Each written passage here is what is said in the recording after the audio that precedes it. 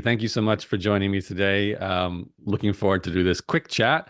First of all, please tell us, who you are and what you do. First of all, thank you. Dee Dee Mozeleski. I'm a senior vice president here at City College of New York, and I'm also our executive director of our foundation. So, got a team of about 105 people in our universe here, and we do a lot here. We have a lot going on. So, nice to talk to you about it.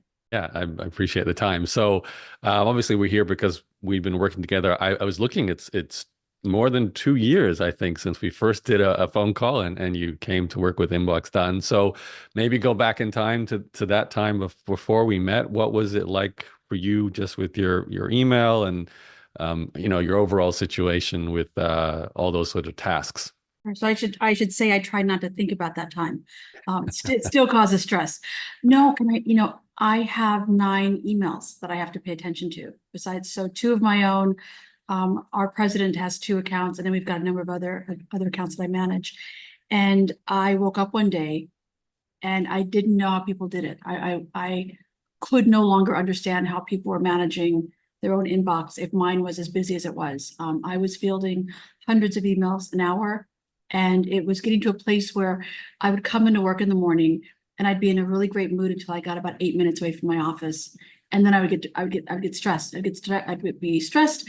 I'd be a little bit depressed. It was no longer fun to come into my desk, turn on my computer. And I wasn't turning off my computer at night. I was checking emails 3, 4, 5 in the morning, trying to get messages out, trying to write. And I randomly Googled, what do people do when they're overwhelmed by email? And you were the first group that came up. I spent some time watching some videos. I spent a lot of time learning, what does it look like to have a virtual assistant? I wasn't sure that it could work. Not that I couldn't work with that. I just wasn't sure how that worked. And then you were so patient with me as I fumbled through a series of questions, trying to figure out, could this work for what I needed? And I just said this, I hate having to go back and think about it. I'm no longer traumatized by my email. And that sounds so extreme, but that's what it felt like. It absolutely felt like I was being bombarded by the written word all day long. And so it's been much better over the past 2 years. Wow, well, taking care of trauma, I mean, that's strong wording, Yes. but that's It is, amazing. but it's accurate. It's 100. It's not an exaggeration. I think about this all the time, my life before and after, and there's such a difference. Even on my worst days here, um, in terms of like volume of work, I no longer have the stress I was having, walking into my desk every day, and that's such a gift. Take us through the transition. I can imagine, I mean, 9 email accounts to hand over. I'm not even sure which one I would start with. I mean, you obviously know, and now that you went through it a couple of years ago, but you've also, I'm assuming, had to evolve and figure out the best way to work with your 2 assistants. So maybe broad question, what was it like doing the initial movement to delegate all of that, and then how has it evolved as you've worked with your two assistants from us? I will say that at the time it was me, Legay, and Bianca. So my 2 colleagues were Bianca and Legay. Now it's Legay and Kendra. They were so patient. They listened to me. They heard me. They heard everything that I said. They came back with some proposals of how we would communicate each day. We choose to communicate on WhatsApp because I'm not talking to anyone else there. They agreed that they would do a couple of weeks of sort of learning how I talk to people, learning who the priorities were, learning what the job is basically. Um, I remember the moment where I couldn't tell they wrote something. I thought I had written it, but I didn't remember writing it. And I read it again and I looked at the timestamp and I thought they nailed it. They nailed my voice right down to the, exclamation mark for someone I like a lot, the period for maybe someone I want to be more definitive with. They were nailing all those nuances. And it took about a month before they were confident in what they were saying for me. I was confident that they were representing exactly as what we talked about. And we do a lot of refinements. My schedule's really wonky, so it requires us to do a lot of digital communication as opposed to face-to-face kind of communications. But they've nailed it. They really have, to the point where my boss, our president, came to me and said, "You look different as you're driving into work every day. tell me what you did and introduce me to this group and let's see if they can work with me as well. And it's been a real life changer for both of us. So Yeah, yes. just briefly tell us about that. How did so your boss, I think one of your assistants moved that's kind of stole your assistant. The answer is he got jealous of how well things are working. And a lot of our work overlaps. We travel together. We're on the stuff that we do for external communications. We do a lot of it together. So I'm in his inbox as often as I was in my own. And it was so seamless to be able to say to my colleagues, you know, it's time for Vince to sort of think this through and perhaps partner with all of you. And for the first iteration, my person, Bianca, was also my boss's person.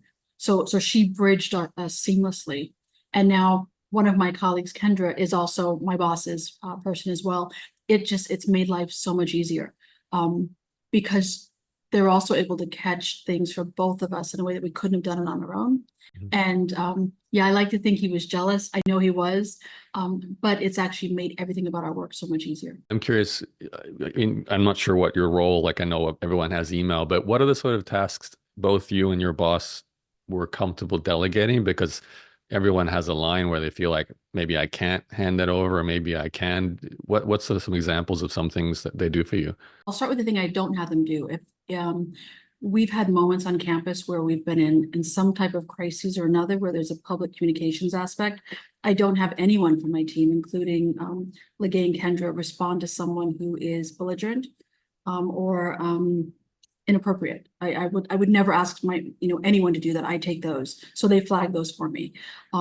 There are moments where we're getting thousands of sort of form letters.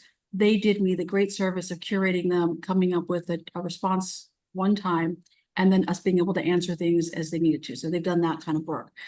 They talk to my board members as often as I do. They triage donor outreaches.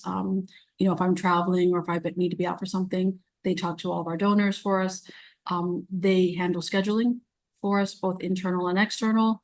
And I mean scheduling for people whose lives are far busier than ours are, with much higher titles, in countries that require us to be, 14-hour time different, kind of triaging. They do all that. The only thing I don't have them do is if I think someone is going to be responsive in a belligerent way, I would never ask them to do that kind of work. Hmm. Okay. Last question. So anyone who might be listening to you tell this story, obviously they're probably thinking, well, I'm getting excited about having, possibly less stress, less trauma. But maybe they're thinking, I don't know, I can't imagine someone else actually replying to my emails for me. That just doesn't seem possible. You've been through it, the whole experience from signing up and then having the people go through a process to learn about you. We call it cloning you and being able to reply.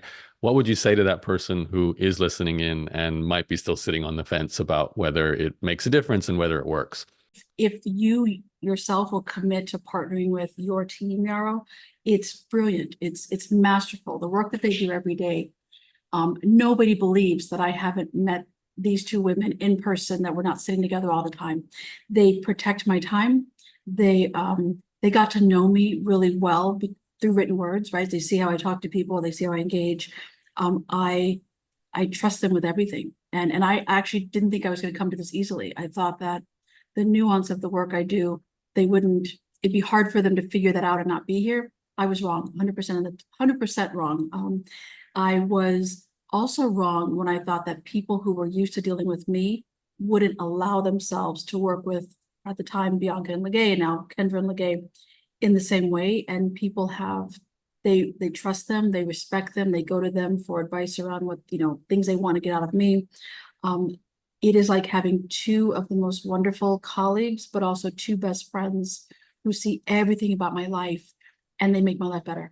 In fact, I was just pitching your services to two of my colleagues on Friday of last week who did not believe me when I said I have never met these women in person. We may never meet each other in person, but we are so bonded that that's hard for people to believe. So I suggest someone not think too long about this. They just act, reach out to you and your team and at least test this out. It's mind-boggling how much better my life is now. I appreciate the kind words. I'm so glad that everything's gone so Yeah. well and for so long. Obviously, when we're working years together, that's obviously a good sign. So, Dee Dee, thank you for taking the time. Thank Obviously, I you. hope we have a continued long-term relationship. And yeah, thanks for talking to us. Absolutely. Thanks so much.